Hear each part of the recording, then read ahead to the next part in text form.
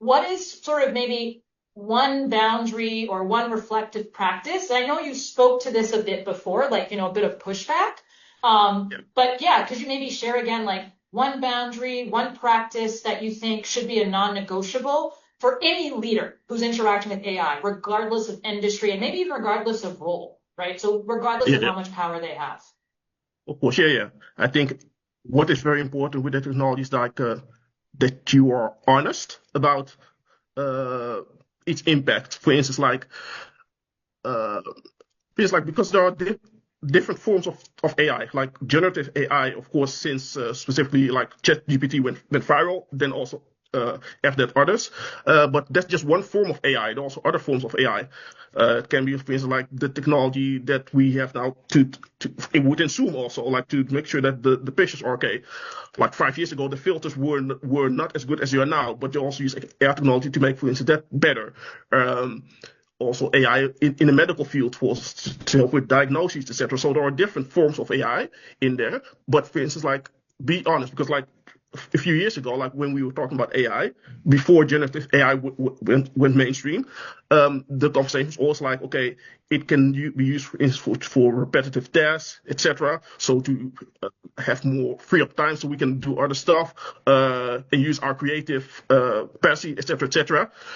Okay, but since generative AI is there, like that also directly uh, impacts creative processes, also creative industries. So it's like also be real about the impacts that technology can have, because like also there you see like okay, it's not only freeing you up to do creative stuff, it also like directly also impacts creative tasks and also like does creative elements. So be honest about like okay what it really does, and I think it's a very important thing is like also consider like not only how you want to use it, but also really consider like okay, the different ways that it can be used and whether there might be harmful elements in there, because like generative AI, like it is great, but already by its very nature, you already can see like okay, this information like deliver not only information that is false, but information that is also like disseminated false information that is deliberately spread that is false. That's an issue, and Yes. it's only amplified and magnified. Scams, those the deep technology can also be used for scams. The issue of bullying, specifically when it's about like younger children, but also like when people are older, because that's also part of the corporate culture that I encountered. Like, and not only anecdotally, because that's also the thing. Like, when you look at also like certain research that's done into corporate culture, specifically within certain organizations that I've experienced with, like it was also like determined, like bullying and harassment, that very much is an issue. So that's why I'm like, okay, be be real about that, but be real about the harms that it can cause. But also, but then you see like the reason that a lot of people are not real about those kinds of consequences is that if you would be real about the fact that technology can and will likely be used for bullying and harassment, etc. If you want to address that, then you also need to become real about your own organization because, like I said, if bullying and harassment is also an issue internally, um, you can, yeah, that's why I don't want to talk about it because, like, if you talk about it there, then then you also would need to be talking about it within your own organization. So that's why I say, like, okay, it's a reflection, but also like that. That's where the real problem lies. It's a big problem because, yeah, it's within society, within organization, it's a problem. But I say like that realness, and even like because I can say, like, okay. Even if the organization or leadership tries to push a certain narrative, like I said, you also need to be a critical consumer or a critical user yourself to also point certain elements out that like okay, actually there are certain harms there, and also. I think important before this end of the conversation, I think one issue that I'll find important to highlight is like I say like ethics. It starts way before you deploy and use the technology, but it's also to consider important to consider like ethics and safety. It's not just in the sense like that it's safe for us when we use it, or that it's ethical when we use it, but also to consider like okay, all the resources that go into this technology. But when you look at like for instance like all the minerals, like I said, I just keep it real. Like I said, like for instance, you have the country like the Democratic Republic of Congo. There are a lot of things going down there to get certain resources, coltan, for instance, and cobalt that is used in a lot of the devices that we have.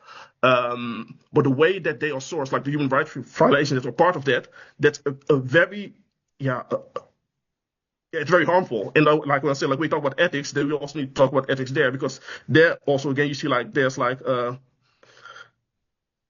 kind of like we were supposed to act as if that stuff doesn't go down, but when you real, it's like we need to then acknowledge like the reason that there's not enough attention paid to that is only because of the way that certain people look and the way that other people look. That there's not attention there, because like there are human rights violations there. Yeah, like if children working in mines, etc. And I'm like, yeah, if we work in technology, then if we really address these things, like we also need to address that, because like if you go to a technology conference and you talk about responsible and ethical AI, but are human rights violations within the chain.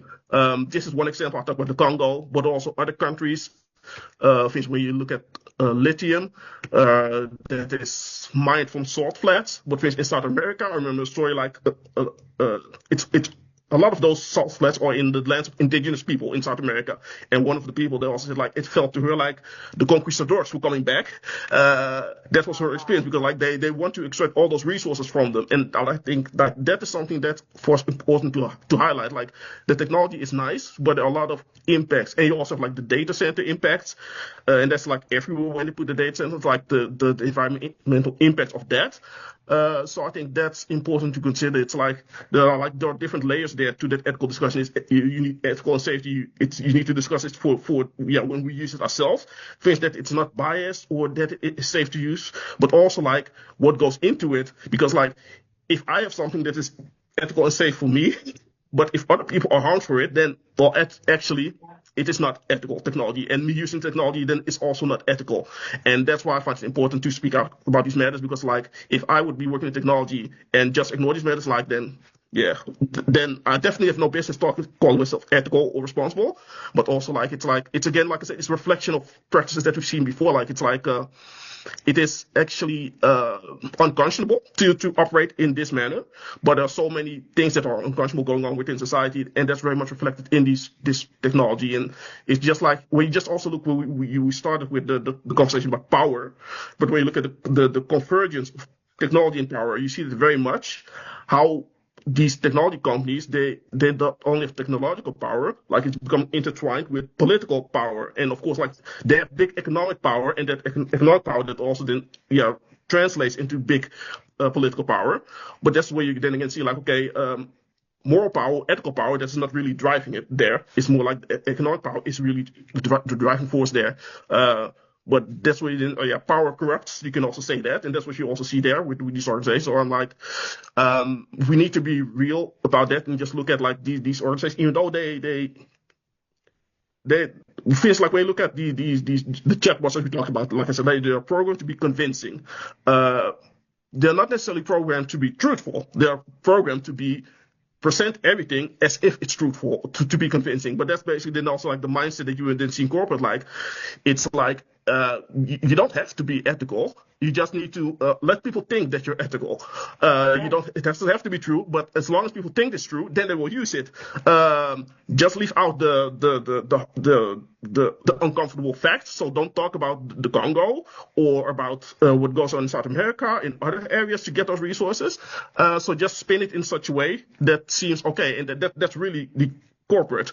And that's really what you then also see with this technology. It's like, it's like, if you want, and that's why I also say like, okay, the fact that responsible AI is highlighted separately, I'm like, it should be a part of it, because like if you are not operating responsibly or ethically, then you're not operating in a proper manner. So that's why I find it important to like say like, okay, I don't also like using the term responsible AI specifically for that, because I'm like, if I'm not doing responsible, like what am I doing? Like, and there's also an admission in that, in the fact that when they talk so strongly about like responsible ethical AI, then also an admission like that what you're normally doing actually was not responsible and not ethical, because it needs to be highlighted that much also. So I think the power of language is important here, and in this, and also again the power, the deflection thing, because like when you talk about responsible AI, like I said, like artificial intelligence already said like look at the language, it's not actually intelligent. But if you say it all the time, it suggests real intelligence. So it suggests something that's not there, but there's also a way to deflect accountability to the AI. But then we also add responsible before that. You say responsible AI as if the AI needs to be responsible. But what we actually mean is humans need to be responsible in the way that we develop it, in the way that we monitor it. So yeah, like I said, I can talk a lot about this. More can say, but I think you got an idea of like how I view it. Amazing and well said. Humans need to be responsible. And I really appreciated you added that additional dimension of how we actually, generate, right? How these tools actually generate responses for us, right? It's incredibly taxing on the environment in so many different ways, right? We hear about the water issues, the energy it takes to generate and to keep up all the servers that are connected to these types of tools. Thank you so very much for your thoughts, for your insight, for your energy. Like, I have learned so much. I hope you all enjoyed our conversation today. Please connect with him. I've typed his LinkedIn in the chat. And I also just want to invite you all to make sure you also join our next roundtable as well. Our next conversation is going to be on psychological safety. I hope all of you will be there, but just want to say once again, Michael, thank you so much for your time, your energy, and your thoughts. Truly, I'm just so very inspired. And anytime any of my clients bring up AI, I'm just going to send them this recording because I think it's really important that we're more intentional about where we're putting our time and energy and our financial resources as well. So thank you so very much. Thank you also very much also for joining. I hope you all enjoy the rest of your Thursday, and I hope to see you next month. Thank you so much. Bye, everyone. Thank you so much, Akua. Thank you, Michael. Thank you. Bye, all. Bye-bye. Bye-bye. Bye.